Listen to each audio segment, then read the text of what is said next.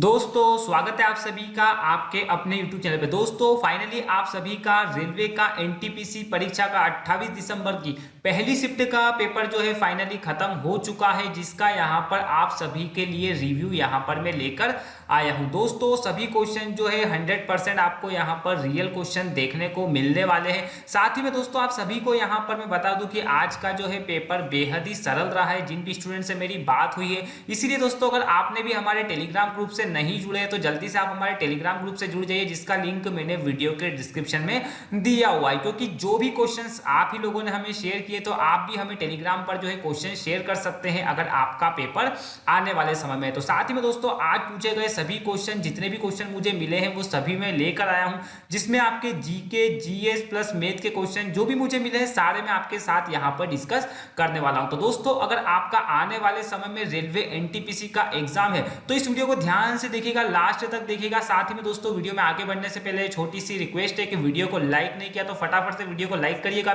Channel को subscribe नहीं किया तो चैनल को सब्सक्राइब करिएगा और वीडियो को ज्यादा से ज्यादा शेयर करिएगा। तो चलिए शुरू करते हैं। तो देखिए दोस्तों सबसे पहले यहां पर आपको मैं कुछ जीके साइंस और करंट अफेयर्स के क्वेश्चन जो कि मुझे मिले हैं वो मैं डिस्कस करूंगा। लास्ट में आपको मैं यहां पर मैथ के क्वेश्चन भी बताऊंगा, जिससे कि आपको पता चल सके कि किस तरीके के क्वेश्चन आज के एग्जाम में पूछे गए। तो पहला क्वेश्चन देखिए यहां पर क्या है कि सन 1954 में हुआ भारत और चीन समझौता किस नाम से जाना जाता है। तो दोस्तों देखिए भारत और चीन का जो समझौता हुआ था 1954 में, इसको जाना जाता था पंचशील समझौते के नाम से, यानी कि आपका पंचशील बिल्कुल यहां पर करेक्ट आंसर हो जाता है। बहुत से स्टूडेंट कमेंट्स करेंगे कि इतने इजी क्वेश्चन आते, तो दोस्तों देखिए जो क्वेश्चन पूछे गए मैं आपको वही बता रहा हूं।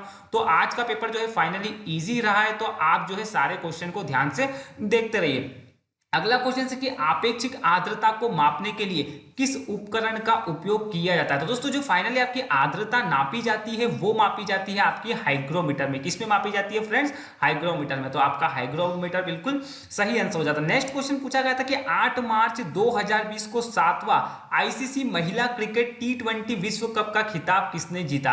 तो दोस्तों देखिए जो आईसीसी महिला क्रिकेट टी20 का जो विश्व खिताब जो जीता था वो जीता था ऑस्ट्रेलिया ने। अब यहां पर आपका हो सकता है कि आने वाली शिफ्ट में ये पूछा जाए कि जो है उप विजेता कौन थे, तो भारत, अपना देश भारत जो है उप विजेता था। तो ये भी आपको याद रखना है। चलिए नेक्स्ट क्वेश्चन क्या पूछा गया था। अगला क्वेश्चन पूछा गया था कि वह प्रोटीन जो जल विश्लेषण पर केवल अल्फा एमिनो अम्ल देता है वो क्या कहलाता है। तो दोस्तों देखिए जल विश्लेषण पे केवल अल्फा एमिनो अम्ल देता है वो कहलाता है आपका समयुग्मी प्रोटीन, यानी कि आपका ये क्या हो जाता है संयुग्मी प्रोटीन, आपका बिल्कुल सही आंसर हो जाता है। नेक्स्ट क्वेश्चन पूछा गया था कि 5 मार्च 2020 को किसने भारतीय रिजर्व बैंक यानी कि आरबीआई के डिप्टी गवर्नर पद से इस्तीफा दिया था। तो दोस्तों देखिए जो डिप्टी गवर्नर पद के से इस्तीफा दिया था वो दिया था एन एस विश्वनाथन ने। किसने दिया था फ्रेंड्स?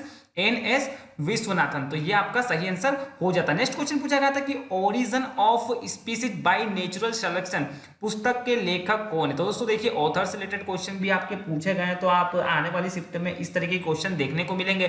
तो आप जो है जितने भी ऑथर है उनको भी अच्छे से पढ़िए। तो इसका आंसर क्या हो जाएगा आपका? चार्ल्स डार्विन हो जाएगा। अगला क्वेश्चन देखिए यहाँ पर क्या है कि जब लोलक घड़ी की लंबाई चौगुनी की जाती है तब उसकी समयावधि क्या हो जाती है। दोस्तों उसकी जो समय की अवधि होती है वो हो जाती है आपकी दोगुनी हो जाती है। तो आपका दोगुनी बिल्कुल सही आंसर होता है। अगला क्वेश्चन पूछा गया था कि 8 जून 2020 को जारी पर्यावरण प्रदर्शन सूचकांक 2020 में पहले स्थान पर कौन था। दोस्तों देखिए करंट से भी आपके ज्यादा से ज्यादा क्वेश्चन पूछे गए, तो बिल्कुल भी आप करंट अफेयर को स्किप मत करिएगा अगर आप आने वाले समय में एग्जाम देने जा रहे हैं। तो पर्यावरण प्रदर्शन सूचकांक जो 2020 में जो पहले स्थान पर था वो था आपका डेनमार्क। कौन सा हो जाएगा?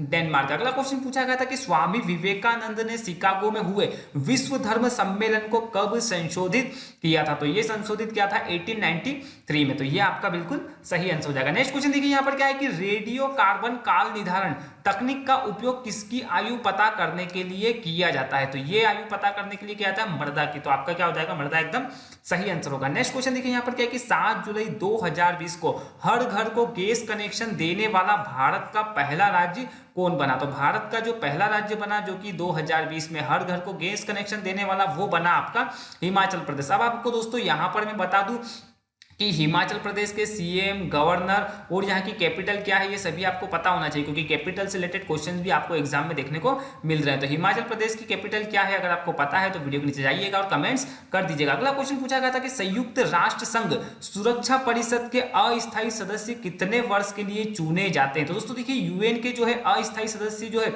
वो चुने जाते हैं 2 ईयर्स के लिए, यानी कि आपका 2 वर्ष बिल्कुल सही आंसर होगा। नेक्स्ट क्वेश्चन देखिए यहाँ पर क्या है कि ओलंपिक खेलों की एकल स्पर्धा में स्वर्ण पदक जीतने वाले एकमात्र भारतीय कौन है।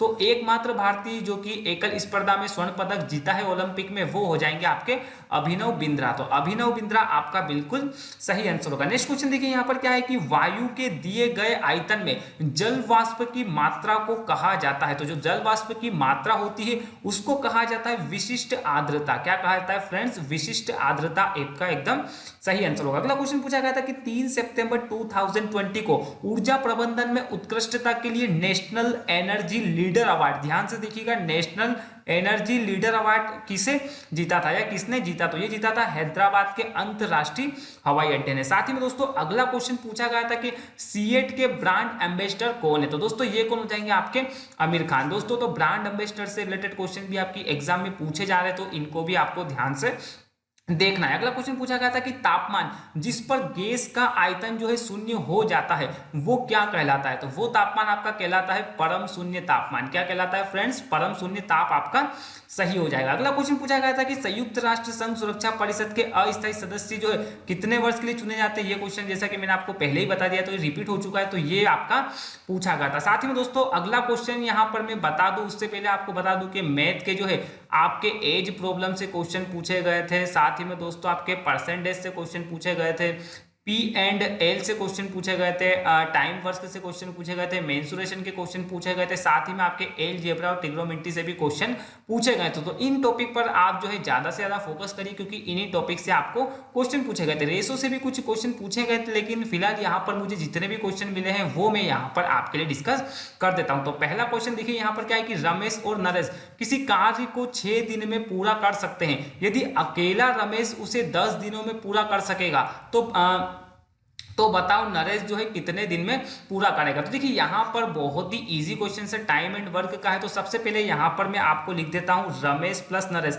अगर ये दोनों एक साथ किसी काम को करेंगे तो 6 दिन में करेंगे, लेकिन केवल अगर रमेश करेगा यहाँ पर तो कितने दिन में करेगा फ्रेंड्स, ये हो जाएगा आपका 10 दिन में। तो पूछा क्या है कि नरेश इसी काम को कितने दिन में करेगा। देखिए यहाँ पर आप एलसीएम मेथड से कर सकते हो, उसके बाद यहाँ पर एक मैं शॉर्ट ट्रिक बताऊंगा उससे भी कर सकते हो। देखिए यहाँ पर रमेश और नरेश और यहाँ पर केवल रमेश, तो देखिए अगर मैं यहाँ पर रमेश का काम घटा दूं तो नरेश का आ जाएगा। तो बस सिंपल सा यहाँ पर क्या करना है, दोनों का मल्टीप्लाई आपको ऊपर करना है और दोनों का डिफरेंस यहाँ पर आपको नीचे कर लेना है। तो देखिए यहाँ पर कितना हो जाएगा आपका 60/4, तो कितना आ जाएगा आपका 15 दिन में। तो नरेश उस काम को कितना दिन में करेगा फ्रेंड्स, 15 दिन। तो 15 दिन आपका बिल्कुल सही आंसर होगा। आप एलसीएम लेके भी कर सकते हो, यहाँ से एलसीएम लोगे तो ये कितना हो जाएगा आपका 10 आ जाएगा, यहाँ से आपका कितना आ जाएगा, ये 6 से डिवाइड करेंगे तो ये आ जाएगा आपका 6। तो देखिए इन दोनों को माइनस करेंगे तो कितना हो जाएगा आपका यहाँ पर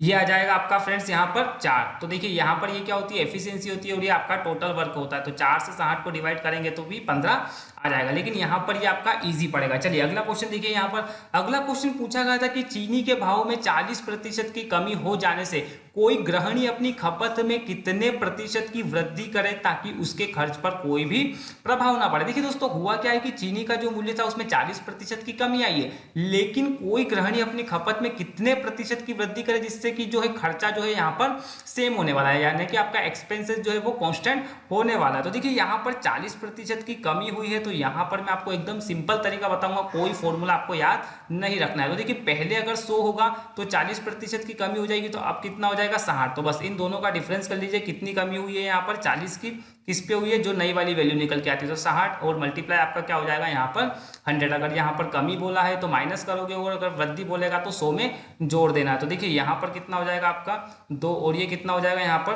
3। 2/3 आपका कितना होता है फ्रेंड्स, आप सभी को पता है 66.67%, यानी कि आपका क्या हो जाएगा यहाँ पर 66 सही 2/3% आपका बिल्कुल इस क्वेश्चन का सही आंसर हो जाता है। चलिए नेक्स्ट क्वेश्चन देखिए यहाँ पर क्या है कि 4 क्रमागत सम संख्याओं का औसत 27 है। इन संख्याओं में सबसे बड़ी संख्या आपको ज्ञात करनी। देखिए यहाँ पर आपसे इवन नंबर बोला गया है, तो 4 क्रमागत संख्या, तो देखिए 1 2 3 और 4 इनका औसत यहाँ पर क्या बोला है फ्रेंड 27। तो देखिए यहाँ पर जो दो संख्या इधर हो जाएगी, दो इधर हो जाएगी, तो इसका औसत कितना है 27। तो आपको इवन नंबर बोला है तो अगला इवन क्या होगा 28, इसके बाद क्या होगा 30 और इसके पहले क्या हो जाएगा 26 और ये क्या हो जाएगा 24। अब यहाँ पर आप सभी को पता है कि बड़ी संख्या पूछिए तो बड़ी संख्या 30 हो जाएगी, छोटी संख्या पूछेगा तो 24 हो जाएगी। साथ ही में अगर इनका मल्टीप्लाई पूछेगा तो जिस भी हिसाब से क्वेश्चन पूछा जाएगा आप इसको कंप्लीट कर सकते हो। आपको अगर संख्या निकालना आता है तो उसके बाद तो आपसे जो भी पूछा है आप यहाँ पर बता सकते हो। तो दोस्तों ये है आपके एनटीपीसी परीक्षा में जो है फर्स्ट शिफ्ट में पूछे गए GK plus science plus current plus